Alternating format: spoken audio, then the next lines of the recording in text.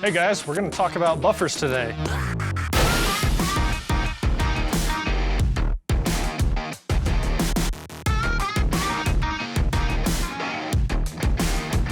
In an AR-15 M4 Armalite pattern platform, you have your buffer. It goes in your buffer tube, behind your bolt carrier, in front of your buffer spring. These come in different weights, depending on what you're trying to accomplish, what the manufacturer's trying to accomplish. They might have a lighter one to speed up the cyclic rate of the firearm, or they might have a heavier one to slow down how fast your cyclic rate is. So we've got a standard weight one.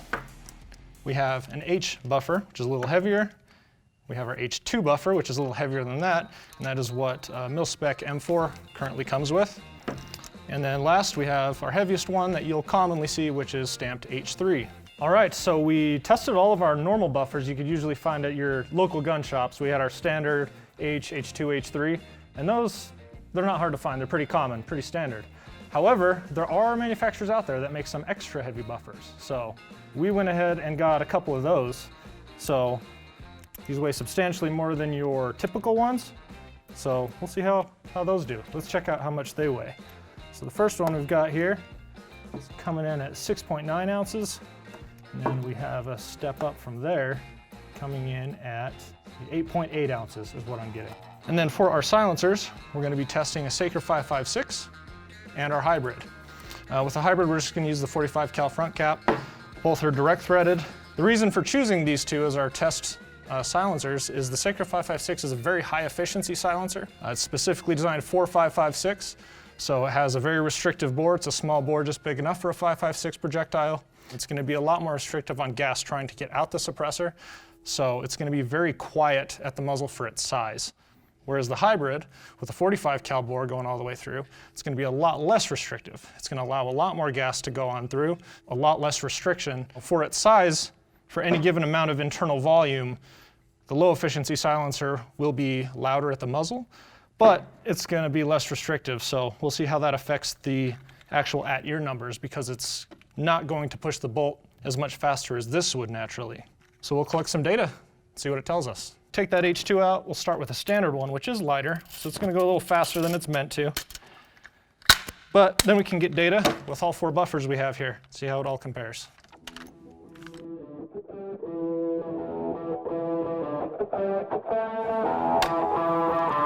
Ready?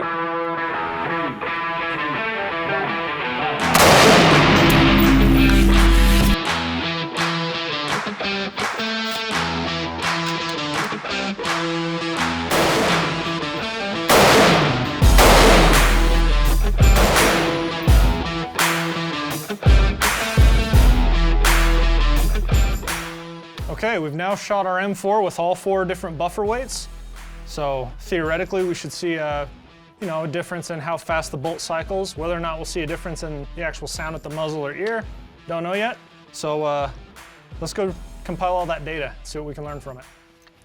So starting off with our unsuppressed M4, so 100% mil-spec M4, and again, factory, they come with an H2 buffer. So when I say standard buffer, I'm talking about what is by weight considered the standard buffer, which is 3 ounces. That doesn't mean that's the actual standard buffer that comes with it, which is an H2 weight. So starting with the lightest buffer, the 3-ounce standard buffer, it looks like our bolt velocity, we kind of peaked at about 220 inches per second. And then we kind of just stagger off from there. You can just see every time we go to a heavier buffer, it just slows the whole cycle down. So pretty straightforward, pretty intuitive. Okay, we've got all of our data from our unsuppressed M4 with all four of our buffer weights we're testing. So now we're gonna move on and do the same buffers, but now suppressed, starting with our SilencerCo Saker. And this is in its direct thread configuration. 3, 2, 1, fire. Fire. 1, fire. Fire.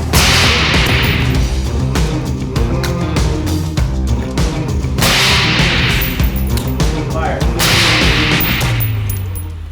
All right, that concludes our data collection for the Saker 5.56. So we'll go check out all that high-speed video and see what we learn about it. Bolt velocities. With our standard Saker, we initially get to about 210, 220 inches per second, and then you'll notice we actually have this upward arc. The bolt continues to speed up, and that is because we're using a high efficiency suppressor that is not letting a lot go through. It's restricting the flow through the silencer as much as possible to make it, extremely efficient. And then we accelerate to about 280. You can see this arc kind of comes up because as that bolt carrier is coming back, the silencer is restricting the flow out the front, and so it's actually continuing to push that bolt carrier, making it go faster for a little bit. And then as we add weight, kind of like the unsuppressed curve, you just kind of see this pretty consistent step down the more weight you add. So next up, we'll do our hybrid. So our SilencerCo 556 would probably be your most suppression you can get for a 556 host that we offer.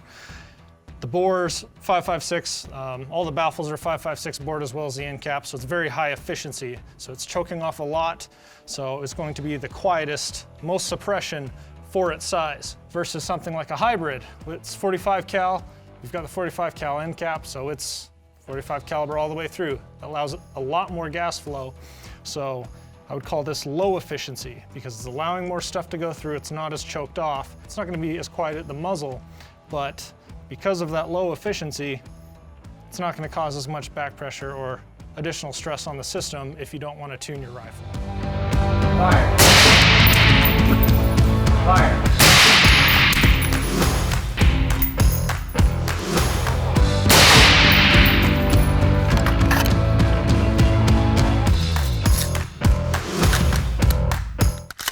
It's just that easy. Fire.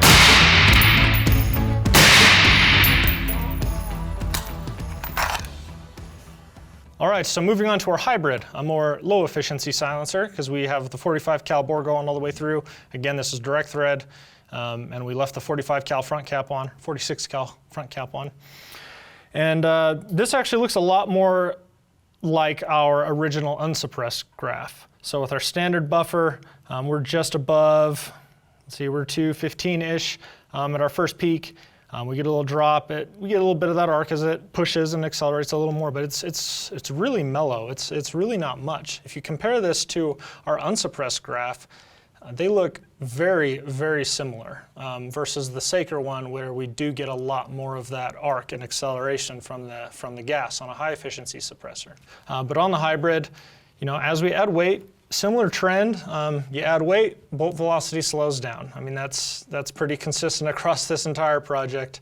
On the hybrid, between our H2, H3, and our HSS buffer, those three buffers are really pretty much on top of each other. It doesn't look like we got a whole lot of bolt velocity change between those three. But going to the heaviest one, we get a good step down, and then the H buffer and the standard buffer, between those increments, we do get a more meaningful difference in our bolt velocities.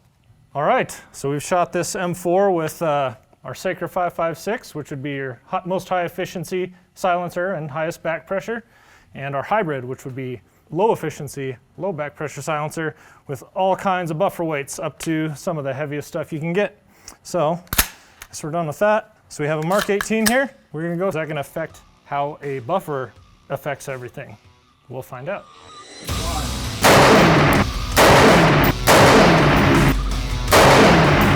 Move to shooting suppressed now. We'll start with our SilencerCo. I too am ready. Never swapped buffers this much in my life. Okay, that finishes off the SilencerCo.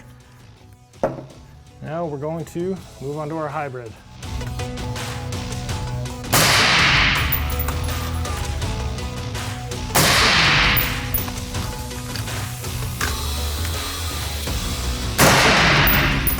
So with a shorter barrel, larger gas port, let's see how those variables affected things. The short of it is, it didn't. So if you look at our graph here, we'll look at our bolt velocity with the Mark 18 unsuppressed. So first off, with our standard buffer, we get right about 225 inches per second at the beginning and begin to slow down. We add our H buffer. We actually got a little blip in our data there, which that to me seems like it would be an anomaly, considering the trend that all this stuff is fairly linear, and physics-wise, it's a fairly linear concept that we're adding weight. So this to me appears to just be a strange anomaly because we have this little blip here, but then, I mean, it goes right back underneath where we'd expect it to be, which is a little bit slower than the standard buffer. Then again, H2 buffer a little slower, H3 buffer a little slower, HSS buffer a little slower, and HX buffer is the slowest. And just like we saw on the M4, we see with the SilencerCo, the high efficiency silencer, we see additional acceleration speeding up the bolt velocity versus, essentially stabilizing and slowing down immediately. Relatively intuitive here as well. We've got our standard buffer. Our H buffer, actually in this circumstance, is essentially right on top of it, but as we go to our H2, H3, HSS, HX, our bolt velocity begins to slow down further. Then lastly, we compare that to our hybrid, and again, same real trend as the M4. We hit our peak initially, we have a little bit of acceleration, a little arc in the graph, but it is very close to what we see unsuppressed versus the SilencerCo. The SilencerCo, we get that, a lot more acceleration. The hybrid, we still see some acceleration, but it's much more mellow. And then, our unsuppressed, we don't really see hardly any at all. There's a little there, but really not much. All right, just for curiosity's sake, we're going to shoot a silencer. This is a 556 specific silencer. It's an offering from a manufacturer known for making low back pressure, low blowback silencers. So just out of curiosity, we're going to shoot that on our Mark 18. We've got the H2 buffer, the buffer that comes with the Mark 18. So this is basically its factory configuration, but with that low back pressure 556 silencer on it. So we're going to see how that sounds. 2, 1.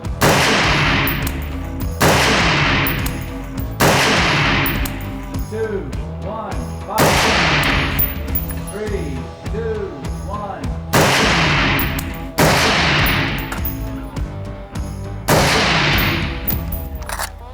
So for the sake of comparison, we took a competitor silencer that's very prominently known for being low blowback, and just to kind of show you that the idea that it's quieter at the ear is just not really the case. So its muzzle performance was somewhere between the hybrid and the SilencerCo, and then your add-ear number was 143. Low back pressure is not going to make a difference on that number on a direct impingement AR. All right, so there's the data dump for you. So out of all this, what I would conclude is that changing your buffer weight is essentially not going to make a difference as far as your experience as a shooter. If we're talking about the muzzle numbers or your add-ear numbers, the buffer weight essentially makes no difference. So if you want to get a buffer trying to make your gun run quieter, that's not going to be the case. As far as your bolt velocity, yes, going heavier does slow down your bolt velocity. Very predictably, very consistently. I wouldn't value that though in terms of reducing gas in the face. Although we look at this data, we can see these minuscule differences as we slow our bolt velocity down a little with going to the heavier buffer weights. We do see this little bump where we unlock move just ever so slightly later to the right. But the amount of delay we see there is like half a millisecond to a millisecond longer. So according to the data, that's there, but that is, again, kind of like the sound. It's just so minuscule and insignificant, it's really not going to make any tangible difference to you. If you're building an AR, I would probably just go with an H3 buffer and maybe just an H2. I feel like H2 is the most common anyway.